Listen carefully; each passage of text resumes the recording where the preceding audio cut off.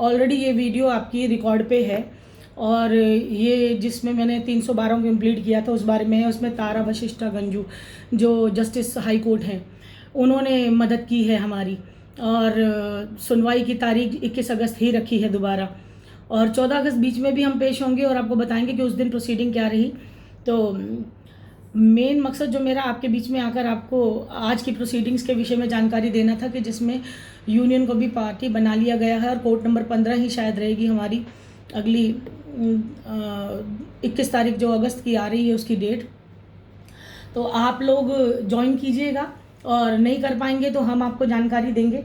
और अभी इसमें काम बहुत ज़्यादा है, क्योंकि आप सबकी कंप्लीट डिटेल दोबारा हम लोग शेयर करेंगे। साथ में कुछ वकालतनामे भी, कुछ क्या बिल्कुल जितने हमारे पास एम्प्लॉयज़ हैं सबके हमें देने पड़ेंगे। तो काम बहुत ज़्यादा है, वो सारे हमें कोर्ट में पहुंचाने हैं। इनफैक्ट अथॉरिटी लेटर भी देना है एक, और साथ में आप लोगों के की सारी डिटेल भी देनी है, और लिस्ट और मेमो ऑफ पार्टीज़ भी जमा कराना है, और 3 पेज का जो स्टेटमेंट देना है जिसमें हमें अपने रिटर्न आर्ग्यूमेंट सबमिट करने हैं, वो भी कंप्लीट करके देना है। अगर कोई एम्प्लॉय कोई ऐसी जानकारी देना चाहता हो जो कानूनी रूप से आपके फ़ायदे की हो, तो वो आप मुझे मेरे कमेंट बॉक्स में आकर दे सकते हैं। और आपका आशीर्वाद और प्यार तो आप देते ही रहते हैं अपने, बहुत अच्छा आप लिखते हैं कि सबका भला कर रही हूँ तो शायद परमात्मा मेरा भी करे, तो वो तो करेगा ही, कोई बात नहीं। ऊपर वाले ने सबके लिए दी है, सबको सबकी की जिम्मेदारी निभाना, उनका किरदार निभाने का मौका दिया है। तो ये तमाशे तो चलते रहेंगे, बस ज़रूरत इतनी ही है कि अपना जो किरदार है वो बेदाग रहे। तो ये चीज़ें मैं आप लोगों को शेयर करके आपको समझाना चाह रही थी कि अब हम लोगों का जो संघर्ष था और हमारी जो लड़ाई थी वो एक बहुत बड़ी जीत की तरफ बढ़ने जा रही है, और बहुत बड़ी जीत के साथ हम लोग पेंशन भोगी जो हैं सबको पेंशन उनका हक दिलाएंगे, और मिलेगा, और बहुत जल्द मिलेगा। सभी जितने भी विभाग हैं उन कर्मचारियों को भी मिलेगा डीटीसी के साथ साथ। ये राइट टाइम आ गया है, कोर्ट डिसीजन लेने शुरू कर रही है। पहले 1 बाय 1 होता था, लेकिन डीटीसी के ऊपर जितना बड़ा बोझ है, जो इतनी धोखाधड़ी चल रही है, इतने लोग इम्प्लीड होके आ रहे हैं, इतने एम्प्लॉयज़ इकट्ठे हो रहे हैं और एकता के सूत्र में बंध रहे हैं। यूनियन भी हमारे साथ आ गई है, 312 कर्मचारी जो मेरे थे वो तो थे ही थे, उसके साथ हमारे ईपीएफ वाले भी हमारे साथ जुड़ गए कि हमें भी ईपीएफ से पेंशन नहीं देनी, हमारे एक्स एम्प्लॉयज़ डीटीसी को, उनको डीटीसी की पेंशन मिलनी चाहिए, डीटीसी से उनको रिटायरमेंट का फंड मिलना चाहिए, और नॉन ऑप्टेड, ऑप्टेड आउट जैसे शब्दों को बिल्कुल ही ख़त्म कर दिया गया है।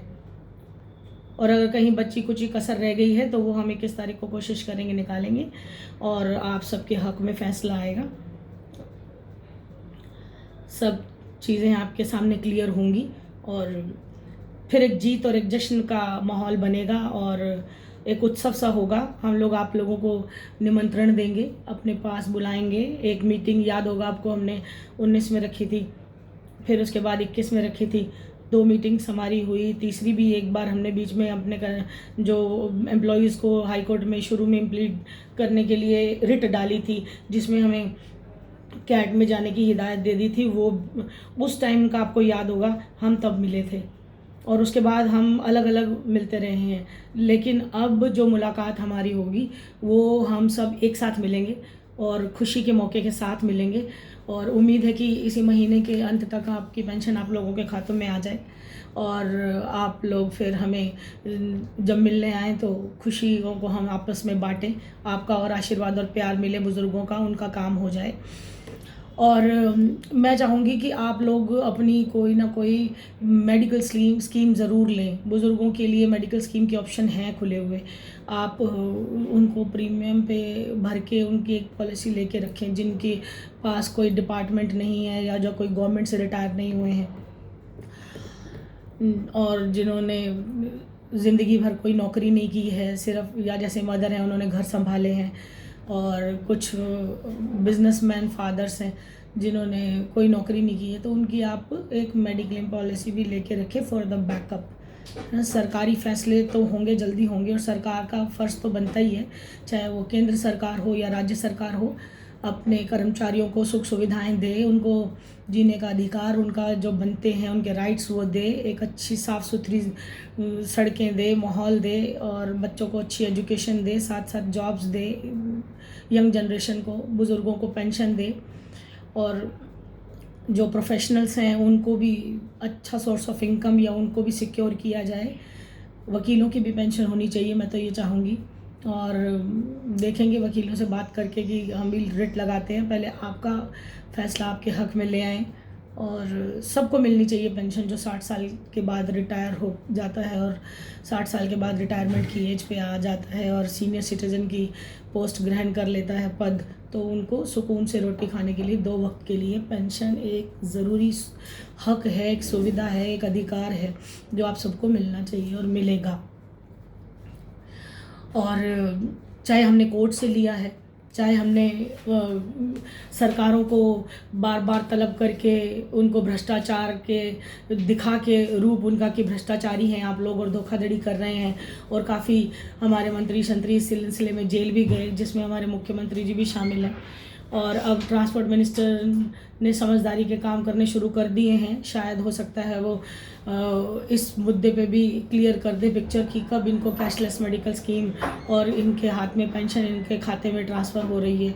जितना जल्दी कर देंगे उतना कोर्ट की नज़रों से बचे रहेंगे, नहीं तो फिर सज़ा तो इनको ज़रूर मिलेगी और कोर्ट जो फैसला करेगी। हालांकि आज जो बातचीत हुई आप सुनेंगे तो आपको शायद समझ में आएगा, नहीं तो मैं आपको थोड़ा सा बता दूं कि आज यूनियन की तरफ से जो डीटीसी एम्प्लॉय आए थे, एम्प्लॉयज़ की तरफ से हमारे काउंसिल, वो हमारे मुरली अग्रवाल साहब थे और उनके साथ सब्रवाल साहब थे और साथ में डीटीसी की तरफ से अहलावत मैडम थी। और अहलावत मैडम ने तो बहुत सारे झूठ एक साथ ही बोल दिए कोर्ट में कि ये सुप्रीम कोर्ट में 3-4 बार जा चुके हैं और सुप्रीम कोर्ट में एक फ़ैसला इनके खिलाफ़ आया, फिर दूसरा हमारे खिलाफ़ आया, इस तरह एक दूसरे के खिलाफ़ फ़ैसले लेके हम लोग आज बैठे हुए हैं और ये लड़ाई ऐसी है कि इसको सुलझा पाना मुश्किल हो रहा है और सुप्रीम कोर्ट तक कह चुका है, दिस एंड दैट। बहुत सारी बातें की और बहुत सारे झूठे हलफनामे जो खुद दिए हैं डीटीसी ने, जिसके चक्कर में डीटीसी खुद फंस गई है और डीटीसी को जवाब देने भारी हो रहे हैं और इधर उधर की बातें कर रही है।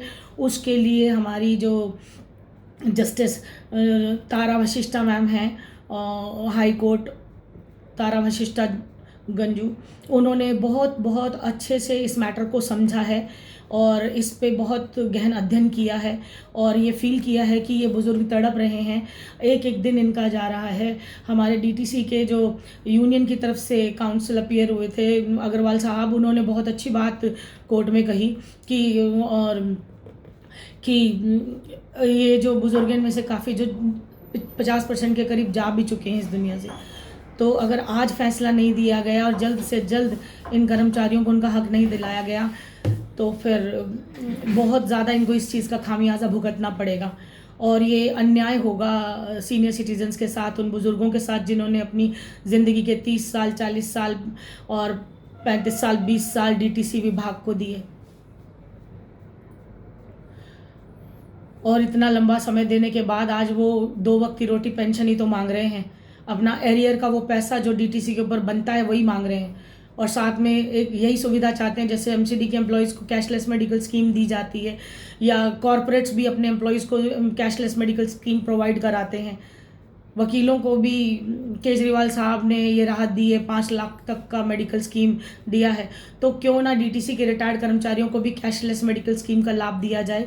और ये कोई बात इतनी गहराई से मंथन करने वाली नहीं है, ये तो इलाज करना है हॉस्पिटल्स ने और सरकार ने, तब मुआवजा देना है, तब कैश वो भी इंश्योरेंस पॉलिसीज़ ने देना है और बहुत कम प्रीमियम जाना है। तो इसके लिए सोचना क्या, सीनियर सिटीज़न को पेंशन, उनका एरियर, उनको कैशलेस मेडिकल स्कीम, उनके लिए एक पैकेज बच्चे भी लेके रखें, मैं तो ये कहूँगी। और अब मैं हमारे senior council Shri S Pawar साहब जो हमारे बीच में आ चुके हैं और मौजूद हैं आज बातचीत करने के लिए हमारे साथ, तो मैं उनसे भी कहूँगी कि 2 शब्द हमारे जितने भी कर्मचारी और जितने भी यूट्यूब से जुड़े हुए हमारे संगी साथी दोस्त और हमारे साथ आगे बढ़ने वाले संघर्ष करने वाले संघर्षशील लोग जो जुड़े हुए हैं और वो सब बहुत स्वागत करेंगे हमारे पवार साहब जी का, हमारे सीनियर काउंसिल सुप्रीम कोर्ट, जिनकी मार्गदर्शन पे चलते हुए हम लोगों ने इन मंजिलों को छुआ है और एक बहुत बड़ी कामयाबी की तरफ हम लोग बढ़ रहे हैं। और बहुत जल्द आप सबके खातों में पेंशन, एरियर और आपका मेडिकल फैसिलिटीज़ आने जा रही हैं। 21 तारीख बहुत बड़ा दिन है। आइए बातचीत करते हैं हमारे senior council Shri S Pawar साहब से। नमस्कार सर। Please welcome sir. कैसे आप? बहुत बढ़िया सर। दोस्तों, जो अभी मैडम ने बताया, रितु मुंजाल ने, ये बहुत ही एकदम अपनी शिद्दत से लगी हुई है और इन्हीं के प्रयासों का असर है जो हाई कोर्ट ने कुछ माना है कि वो कर रहे हैं। और इसी दिशा में इससे पहले एक और मैटर आया था हाई कोर्ट में ही, तो हम लोगों ने भी इम्प्लीमेंट की लगाई है और होपफुली आप लोग उसमें इम्प्लीड हो जाओगे, यानी आपका भी नाम उसमें आ जाएगा। और जल्द से जल्द हमें अब कोई एक अपनी जस्टिस है, justice honourable Delhi high court Tara Vashishtha, हाँ, तारा वशिष्ठा गंजू, उनकी समझ में मैटर काफ़ी हद तक आ गया है और वो पूरी कोशिश कर रही है और हम लोग भी ट्राई कर रहे हैं। आज भी लगा हुआ था, कोई सिंगल वो थी तो पिटीशन, और वो उन्होंने अलाउ भी कर दी है। तो आप अपना धैर्य बनाए रखें और हम लोग पूरी तरह से लगे हुए हैं। आपको ज़रूर से ज़रूर और जल्द से जल्द पेंशन दिला के रहेंगे, क्योंकि ये कोई आप उनसे खैरात नहीं मांग रहे, ये आपका हक बनता है।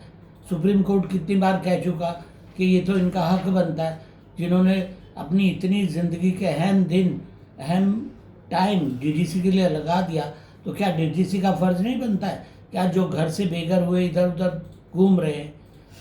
तो आप लोग बने रहें हमारे साथ और यकीन करिए, ट्रस्ट करिए, हम लोग पूरे दिल से और शिद्दत से काम कर रहे हैं। आने वाले टाइम में जल्द से जल्द आपकी पेंशन हो जाएगी। धन्यवाद। Thank you so much sir, आपके इन शब्दों के लिए। और जो वर्किंग हमारी है, मैंने आपको बता ही दिया है कि हम लोग कर रहे हैं। तो सर और मैं अब इजाज़त लेते हैं और जो कार्य हमारा पेंडिंग है उसे आगे बढ़ाते हैं। और इसी के साथ आपसे अपनी वाणी को विराम देने के लिए कहूँगी। नमस्कार, आपकी बेटी रितु मुंजाल। जय हिंद, जय भारत।